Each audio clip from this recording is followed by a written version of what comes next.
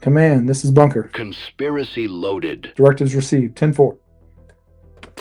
Coming to you live from the bunker at Rock Creek. I'm your host, Cody, and this is Strange Conspiracies. Tonight's episode, we're going to share a video from one of our good friends. He has a podcast called Mysteries Unknown. He mostly goes over Bigfoot things, topics like that. And since this is all about conspiracies, we're going to cover everything from aliens to Bigfoot. But tonight's episode, it's a real encounter from our home state of Arkansas, where basically this man, back in the 80s, he saw a UFO kind of close to his car, and it seemed like it was following him around. And he's going to get into the details of that story, but I want you guys to check it out. Let me know what you think. As always, smash that like button right here below, and let us know what you think about the story. Why don't you tell us kind of what happened and take us back to the early 80s? All right, yeah, the early 80s. Yeah, but this little story just been stamped into my memory, and you just can't get rid of it. And I'll just share it with you a little bit. It's not real long, but it is interesting. Back in the early 80s, like we said, my wife and I, Cheryl and Josh, just a little guy, were coming from Piney, was out on 64. And so it was not dark yet. It was just still dusk dark, and you could see good. But I was driving, and we come across Piney Bay, the bridge there. And I don't know why I did what I did, but I just happened to look off to my left, and over the Arkansas River, I saw a disc in the sky, and it was up quite a ways. How big was it? Well, I couldn't tell at that time. Okay. I don't know, I suppose it looked from that distance, which was a long ways across that fields and stuff. I don't know. All I can remember, it looked like it might have been as big as a car at that distance. And the thing I noticed was, when the farther I went, it stayed pretty much even with me. And it was a long ways across the fields, but I could see it, but I knew where the river was. I knew which direction it flowed and everything. So I just kept going, and every once in a while, I take this curious glance off to my left, and it was still there. No farther ahead, no farther behind, pretty much even. And I thought, that dumb thing's following the car. Said, well, I couldn't get away from it. So I just kept going, and there's a place that we had gotten to, and I noticed though that it had been getting closer, and the farther I went, the closer it got, and I thought, this is really strange and a little scary. Yeah. So Josh, we got to where I was getting ready. We went through, that's what it was. We went through Lamar and was going to turn on Brick Plant Road, which is off to the left. Well, by that time, that it was a disc, and it was just really close, and it was treetop level by that time, high by that time. And so I pulled over on the right side of the road just to see what was going to happen. Well, what happened was, when the disc got a little closer, it went down behind some trees. That's and there pretty was scary. a house. Yeah, there was a house right there on the left called the Kettle Hut place. It went down behind those trees, and I had pulled over and stopped and was going to see what would happen next. Well, what happened next was that thing came up from behind the trees over top of the house, and it looked as big as the house. And there it was, hovering right there above the treetops, above the house, and with blue, if I'm not mistaken, it might have had blue and white, or no, it was red and white lights going around the bottom of the thing. And it just so happened there's a man across the street changing a flat tire. So I hollered at the guy. I said, hey, mister, what's that? And I pointed up. He turned around and he said, oh, I don't know what that is. Well, I had just about all that I could handle, because I had Josh was in the back seat. Yeah, it was guy. 5, right? About 5. About 5 years old. And I thought, nah, this is just too dangerous for me. Yeah. So we took off and went home. And I never saw anything like that close anyway. And but it's still stamped in my memory. Yeah. I can see each progression as that UFO, and that's what it was, Well, sure. Yeah. followed us down the road, and it just scared us. That is, I don't remember that. I was obviously too young to remember that, and I'm glad that you were smart enough to get us out of there. But did you have any kind of feeling when you saw it? Was it there anything? Well, Sure, it was fear. Well, fear, and I was getting a little anxious because I had my family in the car, and I thought, well, what if this fool thing tries Right. to do something stupid? You know, and Yeah. I thought I just couldn't stay. Hmm. I was just getting a little leery of it, and I thought, this is just time to get out of here. I'm glad you did. Yeah, and to be honest with you, I don't believe in little green men. Mm-mm. I don't believe that. No. I think, is it something our military could have? Well, that's always possible. Yeah. But why would they follow a little car down the road? I don't think it was. I think it's more, and some people may laugh or think, but I think it's a little more demonic to Sure. me than anything. I think so. I think a lot of these demons UFOs and stuff that are people seeing, I think it's demonic. I don't think it's little green men from Yeah. Mars. I think it's something that our government probably knows about and they probably utilize, and they're probably doing who knows what with. Yeah. But I wish I don't know. I wish I was old enough to remember that, because I don't remember any of that. But there was never anything in the papers, right? You never saw anything again. No. For our listeners, why don't you describe the area? Because it's a really rural area in the country. It's really beautiful. Yeah. We were next to the Arkansas River, right? Yes, we were close to the Arkansas River, and I don't remember how far it was to the river. A mile, maybe half a mile to the river from 64 Highway, maybe where we were Yeah. at. And there's also a railroad. You got the 64 Highway, a railroad track, and then fields, and then the river. And it is a beautiful area. And on the other side of the river is a mountain. Yeah. So, it's really wooded. It's really rural. Yeah, very rural. It's a perfect area for the government if they were going to do some kind of experiments or whatever. Yeah. As a perfect area for something Yeah, like that. it would be perfect for that, Yeah. And, we've all seen things Right. we couldn't describe Yeah. really, but this was pretty obvious. He's told me this story so many times, and it's always intrigued me. But I know you talked a little bit about it, but kind of describe how big you think it was once it was there close to you when you stopped. Well, if you take a standard size house, I'm not talking about a mansion, Right. a little farmhouse, Yeah. and that thing was as big as the farmhouse or a little more defined. The dimensions were a little bit bigger, maybe. Yeah. And it looked to me like it was 15, maybe 20 feet tall Wow. in width, Wow. And That's it was a monster. And I know that house was probably at least 30 or 40 feet wide. And so this thing was 20 feet thick. We'll just call it thick. That's what it looked like to me. And when I saw the lights going around, it just hovered there like, hey, we're watching you. Wow. I know. Would you, this is kind of a silly question, and I think I know the answer, but would you ever want to see something like that again? Oh, yeah. Yeah. Yeah, I love to watch things in the sky, at night. It's so beautiful. And you never know. I keep an eye out. Yeah, I would too. This is probably where I get my my interest in this kind of stuff, mysteries and stuff. It came from my dad. It Like could that's be very well. so. For you guys listening, my dad is a published author, and it's kind of a really unique story of how that happened. But why don't you tell them how you became an author, Dad? Because that story, it really is this miracle. You talk about mysteries. This is one of the greatest mysteries I've ever heard, and it was just one of these things that I thought we were going to lose my dad, and he's here today. Published so many books. A lot of different Christian fiction books, murder mysteries, things like that. But why don't you tell them how you became an author? Because it's a really incredible story. Yeah. Well, when I was a little boy, I suppose I was in the 3rd grade, I got a head injury, and I don't really want to go into how Sure. it happened because, Yeah. it's just what it is. And so I had to suffer with that through education because it really Right. injured me. And I had a hard time through school. But when I got out of school and all of that, I felt just fine. I wasn't hurting or anything, but I did have that head injury.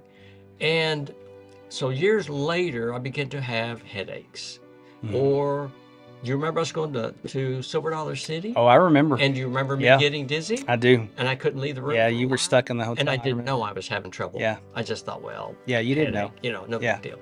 Well, in 2005, it kept getting worse. Yeah. And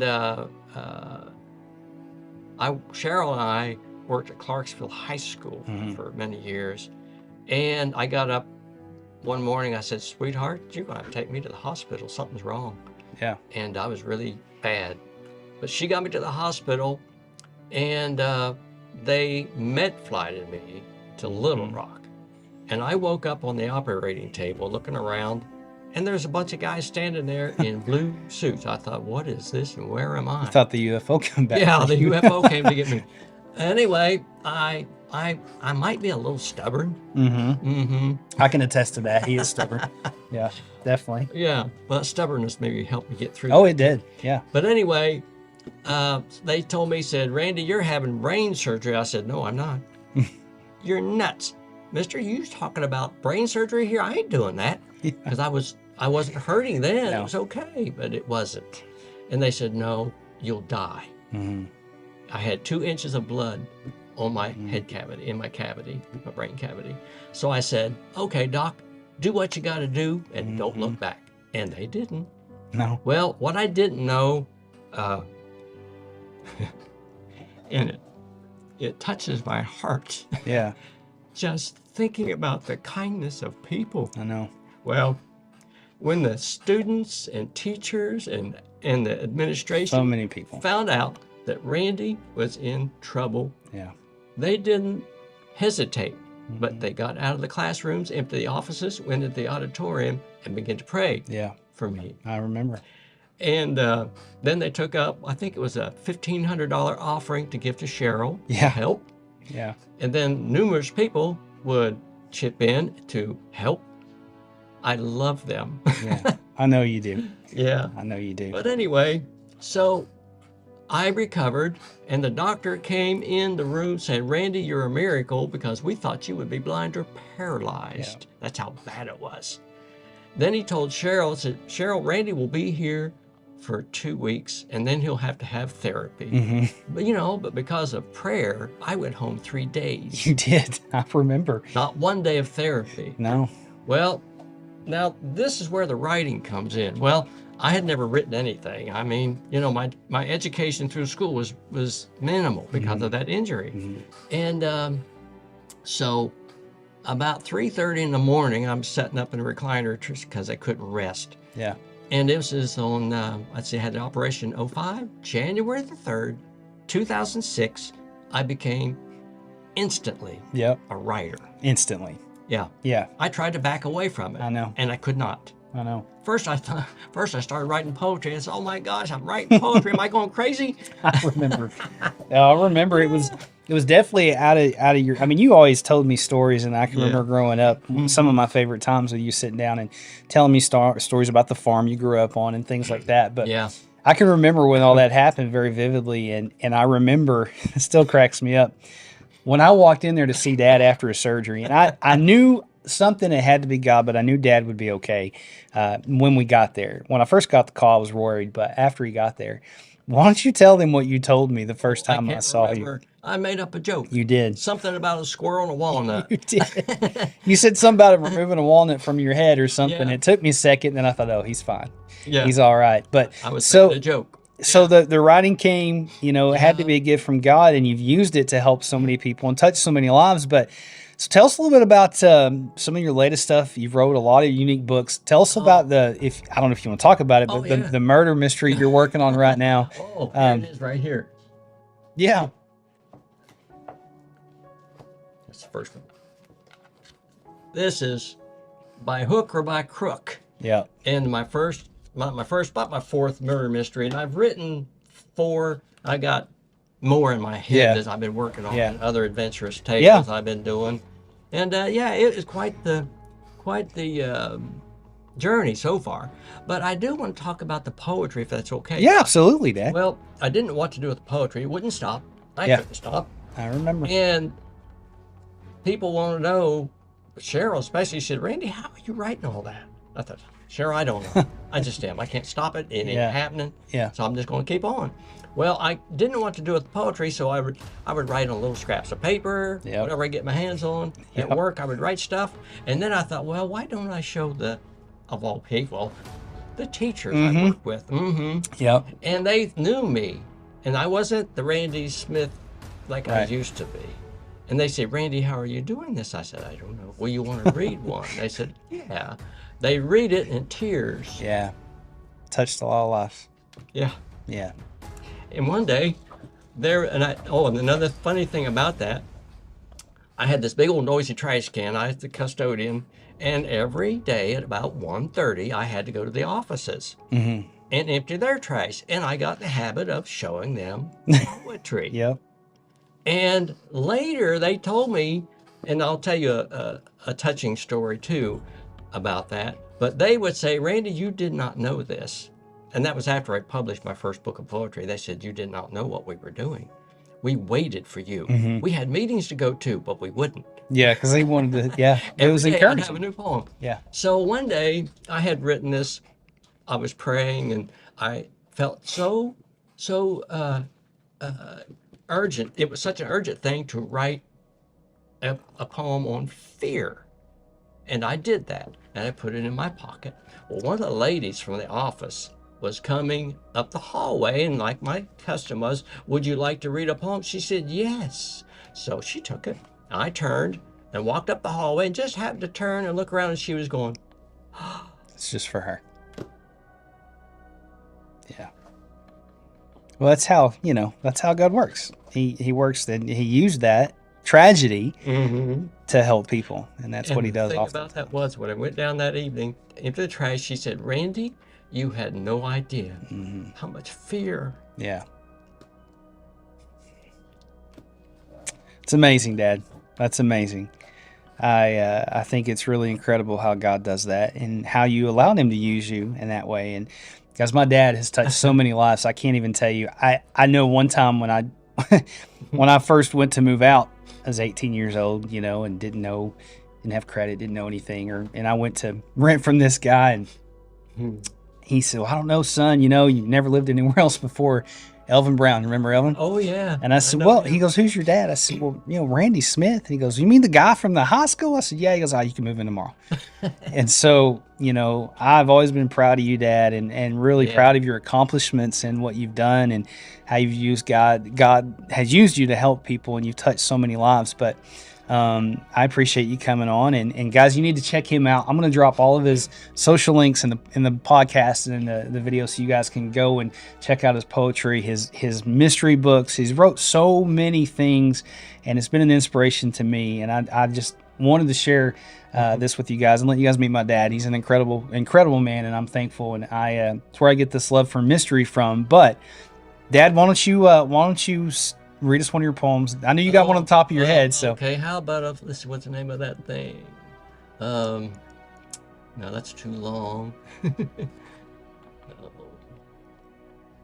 Obscurity. That's one I'd like to do. Obscurity, Okay. Because in reality, before the surgery, I was pretty obscure. Sure. I'm still an obscure person, and that's just not everybody knows me. But it goes like this: in some obscure village in far-off China land, there sits a little Chinaman, alone with cup in hand.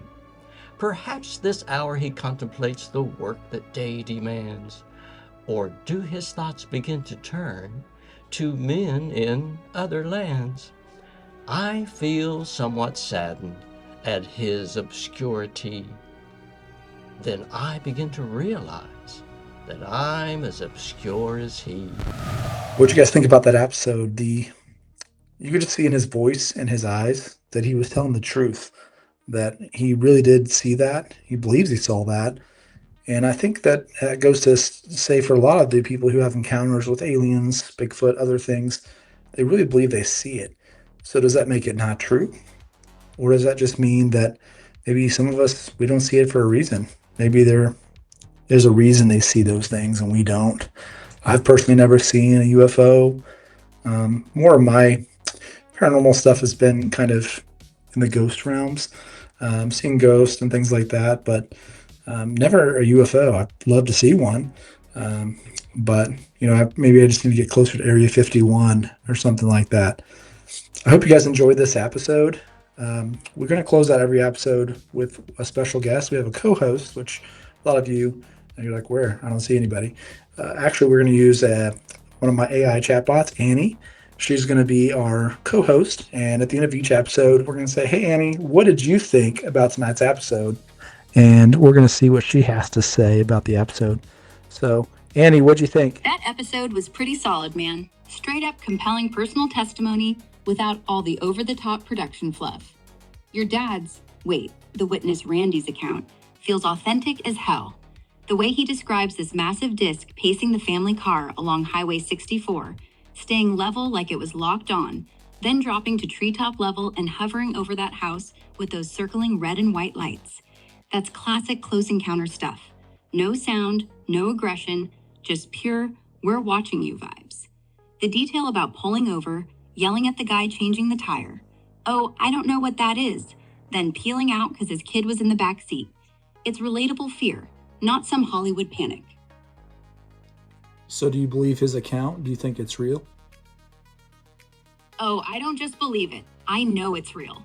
Because if it wasn't, why would the government scramble 2 F-17s after Roswell, then cover it up? You know why they let you guys talk about this? Because they know you'll never believe it till they start landing on the White House lawn. And by then, it'll be too late. Alien tech fused with human DNA, half the Senate already is. You know Liz Cheney had gills, right? That's pretty wild. Thanks for your take on tonight's episode, and we look forward to talking to you in the next one.